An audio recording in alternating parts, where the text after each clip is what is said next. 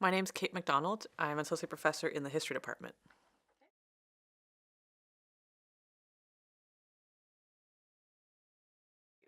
Yeah, what is it that we do? So I would say that historians, we take documents and we use them to tell stories about the past. And sometimes what we're doing is we're trying to figure out what happened. Sometimes what we're doing is trying to figure out why did that thing happen. Other times we're trying to recover a story that's been forgotten about. Sometimes it's been erased on purpose. So there's lots of different reasons that we pick up these documents and start trying to put them together to tell stories, but ultimately we're using evidence to tell stories about the past.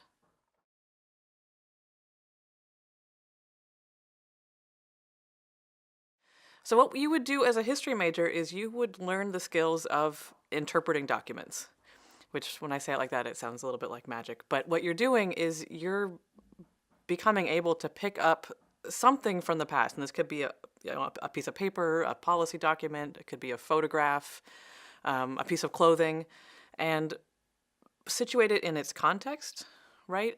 Look for particular clues that may not be obvious to people who haven't studied that particular era, and then link up that document or that piece of evidence with other documents and other knowledge that we have about the past to tell your own new story about the past.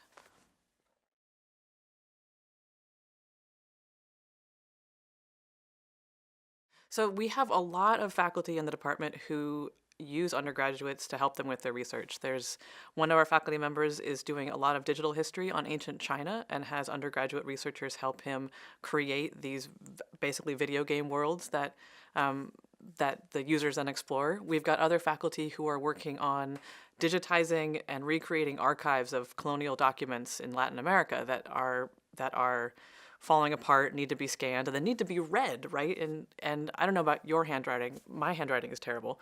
And so this is where the historians have to go back and they have to learn how to read the handwriting from people in that era so they can then make sense of the text and preserve it with its metadata. So there's lots of opportunities in the department to get your hands dirty or your feet dirty, to get involved in working with documents.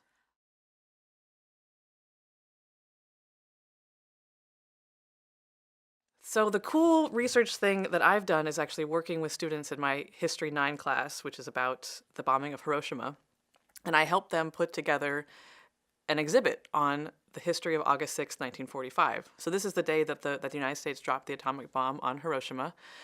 And what they learn in the class is that there's basically an infinite number of ways that you can tell the story of what happened, depending on whose perspective you're using, depending on how early you want to start the story and how late you want to start the story, different details that you want to bring up, highlight these kinds of things. So I work with the students in that class to collect documents and to interpret those documents, and then ultimately to communicate that analysis to an audience of not just me, but also their peers.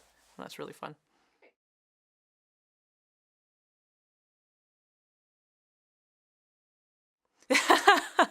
Well, why not? I wanted to be a stand-up comedian, but that seems like it's hard to actually get paid. So here I get to have a captive audience, something like 150 days a year, and they have to laugh at my jokes.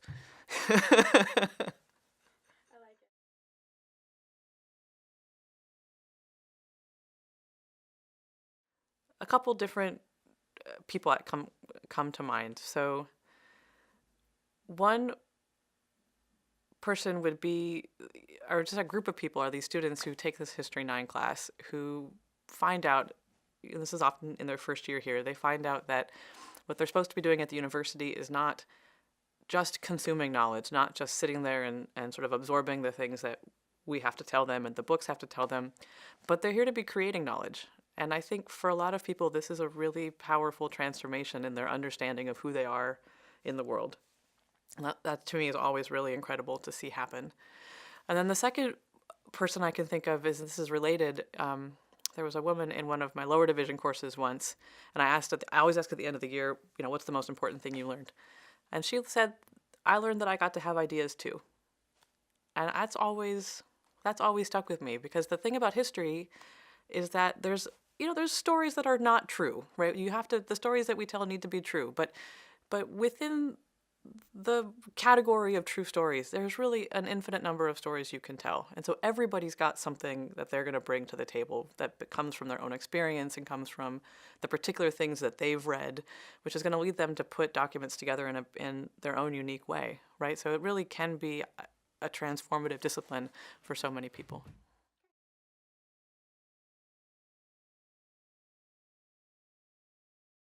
Reading. It can be a lot of reading.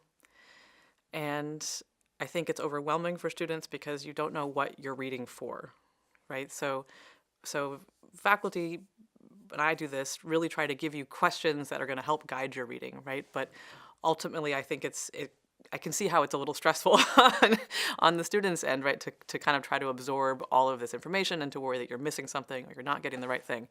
So what, to me, is really helpful when you're faced with that, and I think you'll be faced with that in most of your classes, is to recognize that the first part of any course is really getting your head stuck in the washing machine. I mean, you're just going to need to be dropped into a whole new, I mean, in this case, a whole new era of human life where a lot of the things that we take for granted are not, we don't think about them in the same way that people in that moment would have thought about them.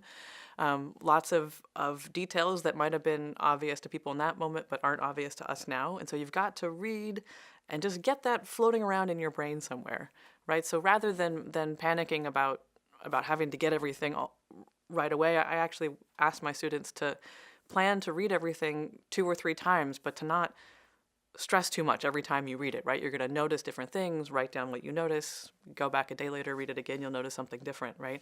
And that's how, over time, you develop this body of knowledge that you're comfortable with. And that's what you then use to interpret these documents and to read more things. And you find over time it gets so much easier.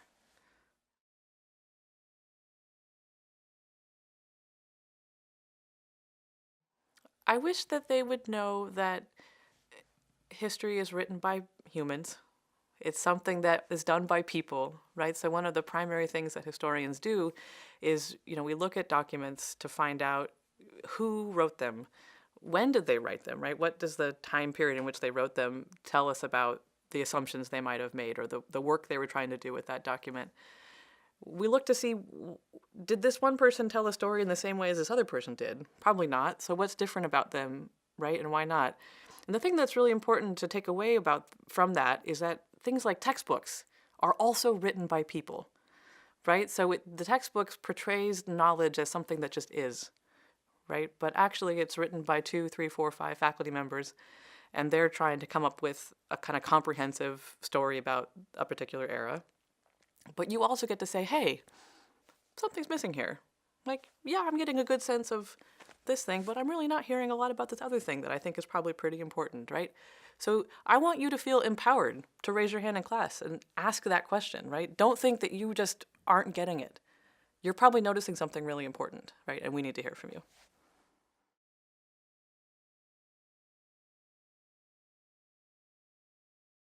Congratulations. It's like you've come to Starfleet Academy and you get to walk around for 4 years and talk to people about ideas, and that's your job. Um, I would take moments to revel in it and take advantage of it when you can. Do go to office hours. Really, people don't do this. Or they don't do it until it's week 9 and bad things are happening with their grades. So go early when and say like, I feel like I'm not understanding what I'm supposed to be doing here, right? This is a conversation I love to have with students. I also love to hear, how you ended up in this university, how you ended up in this class. What do you want to do? What interests you, right? This helps to build just a better classroom environment, right? So come see us, come talk to us, talk to each other about what you're doing in class because your friends are going to have interesting reactions too, and enjoy it. It's a great opportunity.